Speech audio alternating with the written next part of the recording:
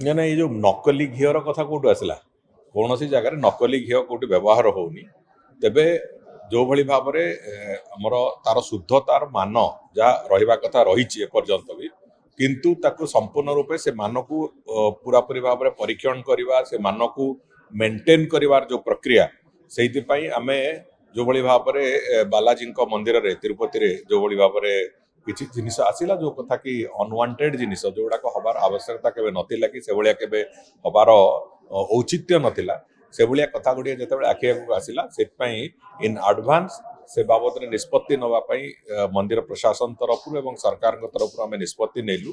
जे ए बाबद एक मान परीक्षण व्यवस्था आम सब बेले जारी रखिबु खाद्यर जो महाप्रसाद बाहर तार मान परीक्षण एवं जो जो इनग्रेडिएंट्स गुड़िक केवल घी नुहे जो जो इनग्रेडिएंट्स जहाँ भी व्यवहार होची तार भी मान परीक्षण करवा एक प्रक्रिया कहीं रोषशाल से प्रवेश अधिकार न था तो रोषशाल को जिनस जावा पूर्वर और रोषशाल जिनस बाहर की प्रसाद तैयारी हवा पर जो जोड़े जगार मान परीक्षण पूरा प्रक्रिया आम जारी रखू आम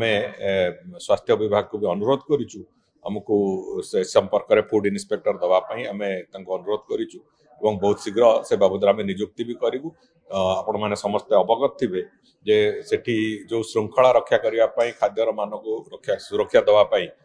जो भली भाव में आम एक्स सर्विसमैन मान को भी मंदिर प्रशासन तरफ नियुक्ति दि जाइए मान परीक्षण करने मानर शुद्धता रखापी से दृष्टि फूड इन्स्पेक्टर भी आम नियुक्त करूँ जहाँफल कि अंतत जो अलग मंदिर मानकर जो अभियोग आसूची से अभियोग अंतत आम मंदिर में न आसू महाप्रभु श्री जगन्नाथ मंदिर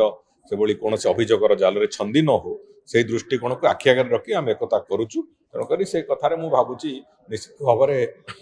समग्र विश्वर भक्त समाज से आश्वस्त रही महाप्रभु श्री जगन्नाथ जो महाप्रसाद से कौन प्रकार अशुद्धता केबे रही ना कि रही भी ना आगामी दिन मानक से कथा सरकार सजग अच्छा।